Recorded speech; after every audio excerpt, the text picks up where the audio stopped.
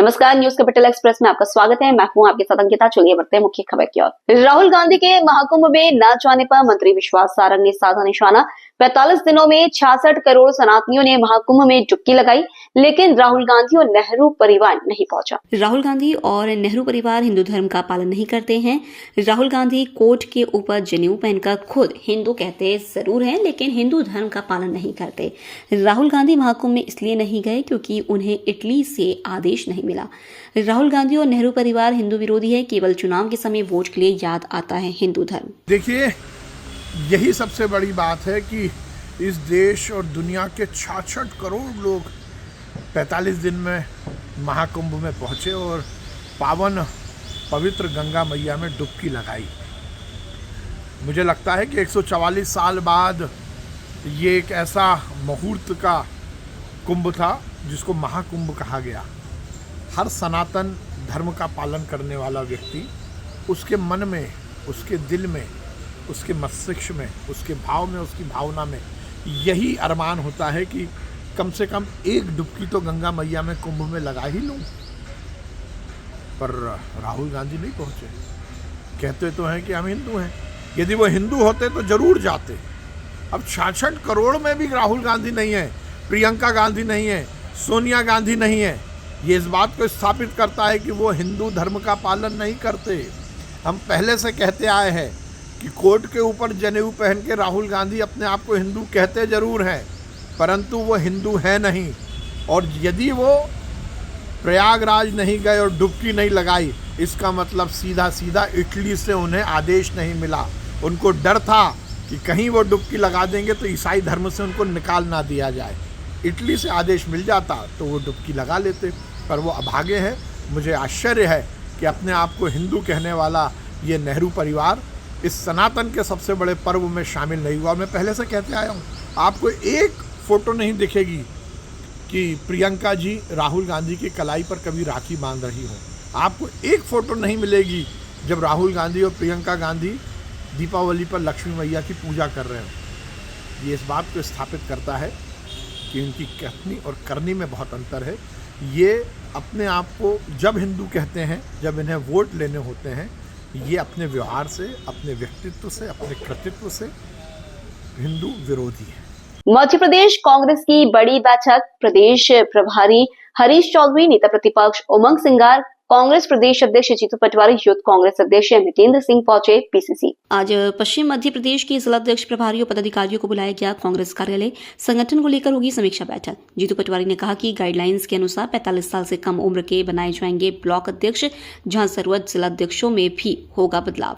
संगठन में जिलावार बदलाव की प्रक्रिया और जो पार्टी का मूल ब्लॉक और जिले की व्यवस्था को लेकर सेक्रेटरीज के अलग अलग जिले बटे हुए हैं, उसके अंतर्गत आज एक 3 संभाग की मीटिंग है और जिला अध्यक्ष और जिला प्रभारियों की, जिसमें जिले के संगठन को, ब्लॉक के संगठन को, पार्टी की नीतियों को समीक्षा के साथ परिवर्तन करने के लिए नए प्रभारी जी 1 to 1 करेंगे। सबसे पूरे दिन ये मीटिंग चलेगी और मैं मानता हूँ कि जो हम अपने सोच को लेके जाना चाहते हैं निचले स्तर पर संगठन को मजबूत करने के लिए, उसकी प्रक्रिया जिलाध्यक्षों का भी बदलाव होगा क्या? कुछ स्वाभाविक है, कई बार बोल चुका हूँ। जो 3 साल से ऊपर पद पे हैं और लगातार अच्छा काम कर रहे हैं, उनको रिकग्नाइजेशन करेंगे और जो ज़्यादा सभी जगह जनरेशन 45 साल के नए ब्लॉक अध्यक्ष बदलने की पार्टी ने निर्णय लिया है और पार्टी ने निर्णय लिया नया संगठन बनाना है, तो बहुत सी चीज़ें हैं, परिवर्तन होगा। देखिए, इन्होंने कहा था कि बड़े उद्योगपति इन्वेस्टमेंट करेंगे और जो मुझे जानकारी मिली है कि भारत सरकार की कई कंपनियां यहाँ कर रही, तो सरकार के उद्योग तो स्वाभाविक हर स्टेट में जाते हैं। आपके यहाँ पे उद्योगपति कितने आए, प्राइवेट सेक्टर में कितना इन्वेस्टमेंट आया, ये सरकार को बताना चाहिए। अगर उद्योगपति अगर यहाँ नहीं आ रहे तो इसका मतलब है कि आप बीमारू राज्य है। तो ये इस श्रेणी से कब आएगा, मुख्यमंत्री जी और नरेंद्र मोदी जी को बताना चाहिए।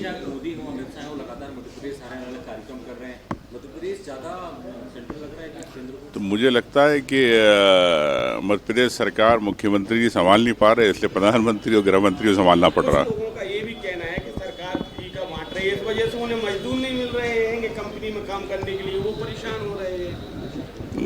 अब देखिए ये जो परंपराएं, तो आपको पता है कि नई परंपराएं किस प्रकार से चालू की है, लेकिन मैं समझता हूं कि किसान को जैसे इन्होंने सम्मान निधि दे रहे, तो 5,000 की सम्मान निधि से नहीं होगा, आप उसको डबल आय कीजिए। आपने कहा था मोदी जी कि हम किसान की आय डबल कर देंगे, तो वो क्यों नहीं हुई?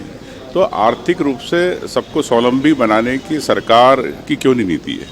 क्या सिर्फ आपको वोट के लिए इनको पैसे देना, इसलिए आप चाहते हैं?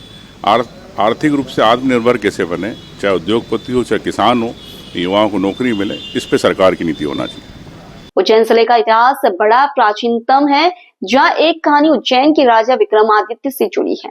और उज्जैन के राजा विक्रमादित्य गुफा के रास्ते अपने पितृ गांव विक्रमपुर करीब 65 किलोमीटर यहां बने शिवलिंग की पूजा करने गुफा के रास्ते आया करते थे। और उसी समय का यहां प्राचीन शिव मंदिर भी है, जो धरती से करीब 8 फीट नीचे, जो राजा विक्रमादित्य के समय की याद दिलाता है। आज हम उसी शिवलिंग के आपको दर्शन कराते हैं और वहीं के मंदिर पुजारी से आपको इतिहास के बारे में बताते हैं। मैं संजय शर्मा, खास पेशकश में जो शिवरात्रि का पर्व है और यहाँ पे जो शिवरात्रि की एक अनोखी महिमा होती है उज्जैन जिले के लिए। जहाँ हम खड़े हैं ये गांव विक्रमपुर है, जहाँ राजा विक्रमादित्य का जन्म हुआ था। और ये जो मैं अपने कैमरा मैन को तुमको दिखाएं, जो जिस प्रकार से जो शिव मंदिर है, ये गर्भ मंदिर है और ये जमीन से काफ़ी जो नीचे मंदिर है ये, और इसका निर्माण जो है राजा विक्रमादित्य ने करवाया था।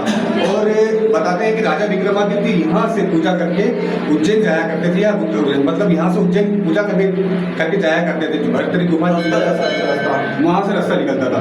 तो जिस प्रकार इन्होंने बताया कि यह जो मंदिर है राजा विक्रमादित्य के द्वारा बनवाया, और राजा विक्रमादित्य का जो जन्म है इसी गांव में हुआ था। और यहाँ से राजा विक्रमादित्य इसी शिवलिंग की पूजा करके उज्जैन गुफा के रास्ते जाया करते थे। यहाँ से उज्जैन की जो दूरी बता दो, उनमें कम से कम 65 से 70 किलोमीटर दूर यहाँ से गुफा का रास्ता है। तो राजा विक्रमादित्य जो है गुफा के रास्ते यहाँ से उज्जैन जाया करते थे भरतरी गुफा के लिए।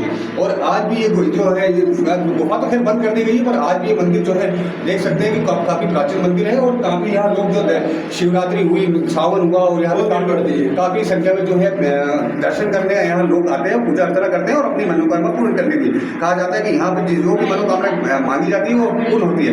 कैमरा पर्सन रमेश चावड़ा के साथ मैं संजय शर्मा, नागपुर। जय श्री महाकाल।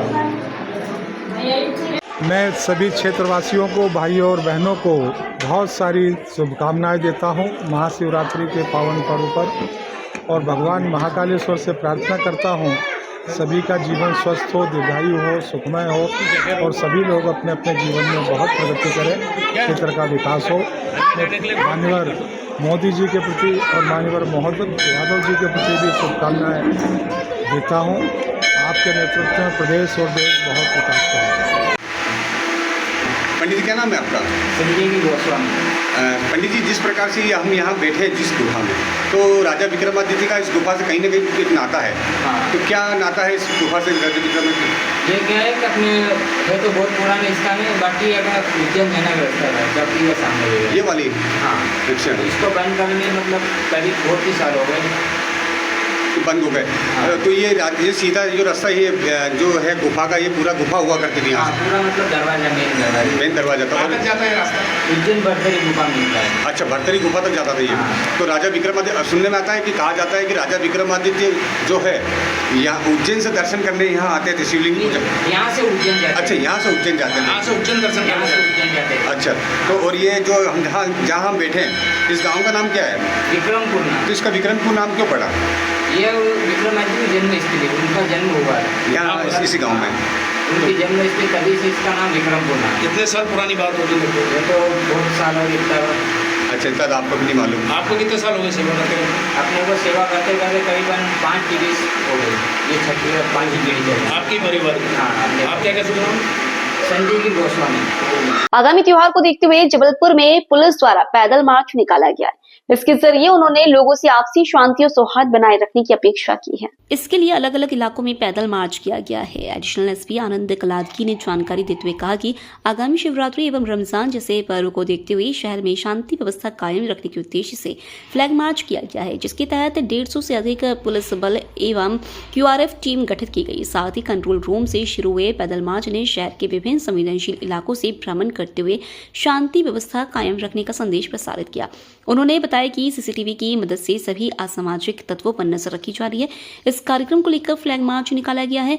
उन्होंने साफ किया कि कानून तोड़ने वालों पर सख्त कार्रवाई की जाएगी। इसके साथ ही संवेदनशील इलाकों पर भी खास नजर रखी जा रही है।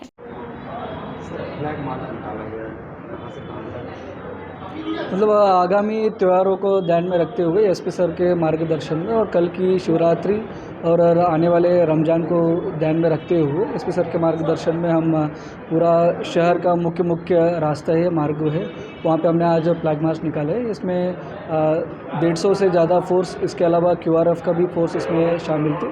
हमने आज ओमती की कंट्रोल रूम से शुरुआत करते हुए बड़ी ओमती, छोटी ओमती और बिलबाग का थाना क्षेत्र और गमापुर चौक, बान तलैया और अनवरगंज मस्जिद और हनुमान ताल के थाने के सामने से घोड़ा नक्कास मिलोनीगंज लेते हुए कोतवाली थाने के सामने आके आज हमने लॉर्डगंज थाने में फ्लैग मार्च को हमने समाप्त की है।